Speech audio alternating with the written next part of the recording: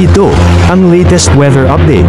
Alamin ang pinakasariwang ulat panahon ngayon dito sa Information TV Educational Channel. Makikita natin ang patuloy na pag-iral ng easterlies. Ito yung hangin nagmumula sa karagatang Pasipiko. Magdadala pa rin ito ng mainit na panahon na may mga tsansa ng mga isolated o pulupulong mga pag-ulan, pagkilat pagkulog sa malaking bahagi ng ating bansa. Samantala, inaasahan natin na magkakaroon ng frontal system dito sa may extreme northern Luzon, kaya posibleng magkaroon ng maulap na kalangitan na may mga pag-ulan, mga kalat-kalat na mga pag-ulan, pagkilat pagkulog o mas malaking tsansa ng mga pag-ulan sa may bahagi ng Batanes at maaaring makaapekto ito sa may area pa dito sa may northern Luzon, partikular na sa area ng Cagayan, gayon din sa may Cordillera at sa may Ilocos Norte sa mga susunod na araw. Kaya posible po, lalo na pagdating ng araw ng eleksyon, sa araw ng Lunes, mas malaking tsansa ng mga pag-ulan dito sa may extreme northern Luzon, yung Batanes, Babuyan at ilang lugar, partikular na nga sa Cagayan, gayon din sa may Apayao